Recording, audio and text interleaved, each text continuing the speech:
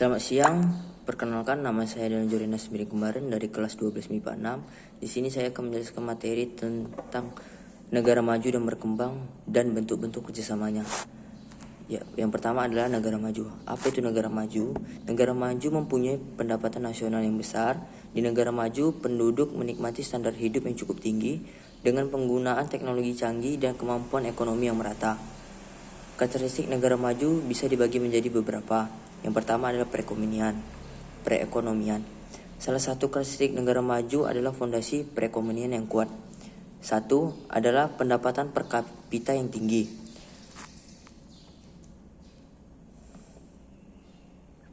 Dua, pertumbuhan ekonomi yang tinggi.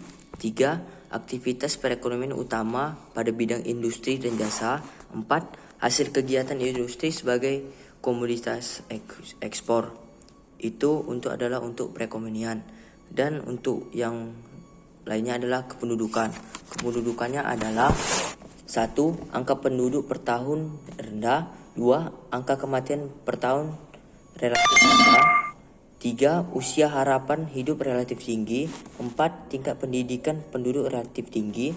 5. Tingkat pengangguran rendah. Dan selanjutnya adalah C. Teknologi. Persebaran negara maju. Sebagian besar negara maju terletak di belahan bumi utara. Persebaran negara maju di dunia sebagai berikut. A. Benua Eropa meliputi Inggris, Perancis, Belanda, Jerman, Swedia, Norwegia, Spanyol, Finlandia, Denmark, Belgia, dan Swiss. Benua Asia, khususnya di wilayah Asia Timur seperti Jepang dan Korea Selatan, serta wilayah Asia Tenggara yaitu Singapura. Benua Amerika meliputi Kanada dan Amerika Serikat.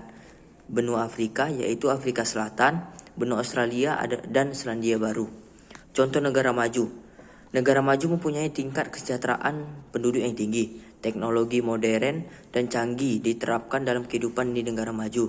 Contoh negara maju ada seperti Belgia, Kanada, Korea Selatan, dan Selandia Baru. Habis itu kita akan masuk ke karakteristik negara berkembang. Negara berkembang adalah umumnya mempunyai pendapatan nasional rendah hingga menengah. Kondisi ini menyebabkan tingkat kesejahteraan material penduduk di negara berkembang masih rendah. Akan tetapi, sejumlah negara berkembang memiliki standar hidup relatif yang tinggi. A. Perekonomian. 1. Pendapatan per kapita yang rendah. Penduduk ekonomi yang rendah. Mata pencarian penduduk umumnya bercorak agraris. 4. Komoditas ekspor berupa bahan mentah. B. Penduduk. 1. Angka pertumbuhan penduduk per tahun tinggi. 2. Angka kematian penduduk per tahun tinggi. 3. Usia harapan hidup rendah. 4. Tingkat pendidikan penduduk relatif rendah. 5. Angka pengangguran yang tinggi. C. Teknologi. Teknologi tepat guna belum digunakan secara optimal oleh negara berkembang. Negara berkembang masih menggunakan teknologi sederhana dengan sumber tenaga manusia. Akibatnya, produktif nasional rendah. Contoh, petani di Indonesia masih menggunakan alat-alat sederhana dan melakukan aktivitas pertanian. Sangat berbeda dengan negara maju yang menggunakan teknologi pendidikan dibanding lurus dengan kemajuan teknologi di negara maju. Di pendidikan kualitas memunculkan sumber daya manusia yang berkualitas. Ketersediaan sumber daya manusia berkualitas memicu perkembangan ilmu pengetahuan dan teknologi atau iptek. Teknologi merupakan sistem yang digunakan manusia untuk mempermudah aktivitas dalam kehidupan sehari-hari. Sebagian besar teknologi di dunia dipelopori oleh negara maju.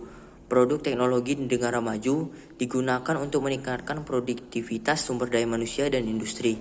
Selain itu, penguasaan teknologi mendukung produktivitas ekonomi di negara maju. Selanjutnya, persebaran negara berkembang. Beberapa contoh negara berkembang di dunia sebagai berikut. Di benua Asia terdapat persebaran di Asia Tengah yaitu Kazakhstan dan Afghanistan, Asia Selatan yaitu India dan Sri Lanka, Asia Tenggara yaitu Indonesia, Thailand dan Malaysia, serta Asia Barat Timur Tengah yaitu Irak dan Yaman. Benua Amerika, persebaran di Amerika Tengah yaitu Meksiko dan Guatemala, Kepulauan Karibia yaitu Republik Dominika dan Jamaika, Amerika Selatan yaitu Brazil, Venezuela dan Argentina. Benua Afrika persebarannya yaitu Kenya, Mali, Nigeria, Angol, dan Zaire. Contoh-contoh negara berkembang. Contoh-contoh negara berkembang yaitu ada beberapa negara, yaitu pertama Thailand, Meksiko, Ukraina, Kamerun, dan selainnya. Yang selanjutnya adalah bentuk-bentuk kerjasama negara maju dan negara berkembang. Pertama ada kerjasama bilateral. Kerjasama atau bilateral merupakan kerjasama antara dua negara. Kerjasama ini dilakukan untuk beberapa bidang seperti politik, budaya, dan ekonomi. Contoh kerja sama bilateral Indonesia dengan negara lain sebagai berikut. Kerjasama Indonesia dengan Belgia, yaitu saat ini Belgia menjadi anggota Komisi 3 Negara KTN dengan Australia dan Amerika Serikat untuk mengatasi perselisihan antara Indonesia dan Belanda. Pada 1949, Belgia menjadi salah satu negara Eropa pertama yang mengakui kemerdekaan Indonesia. Ekonomi dan kerjasama bisa dilatarkan beberapa, yaitu ada ekonomi, investasi, sosial budaya, dan kerjasama Indonesia dengan Luxembourg. Banyak lagi kerjasama yang dilakukan Indonesia dengan negara-negara lain. Yang kedua ada kerjasama multilateral. Kerjasama multilateral merupakan bentuk kerjasama yang diikuti oleh banyak negara. Identifikasi kerjasama yang dilakukan oleh Indonesia.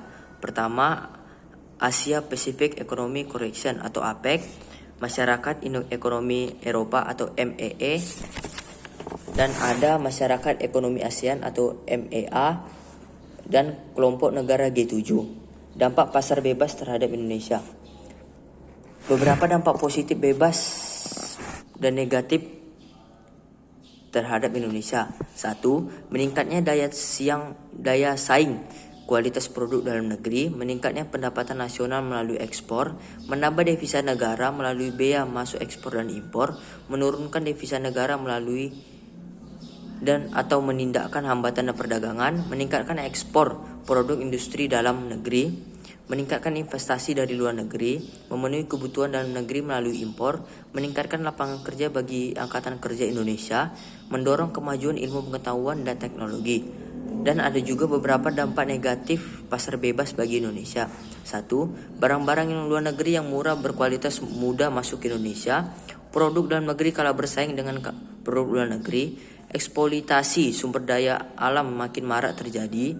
Sifat komunitif oleh masyarakat malah meningkat. Pertumbuhan ekonomi menurun jika tidak mampu bersaing. Ketergantungan terhadap negara maju semakin tinggi. Daya beli masyarakat terhadap lokal semakin menurun. Jumlah pengangguran terus bertambah karena kalah bersaing dengan tenaga kerja asing.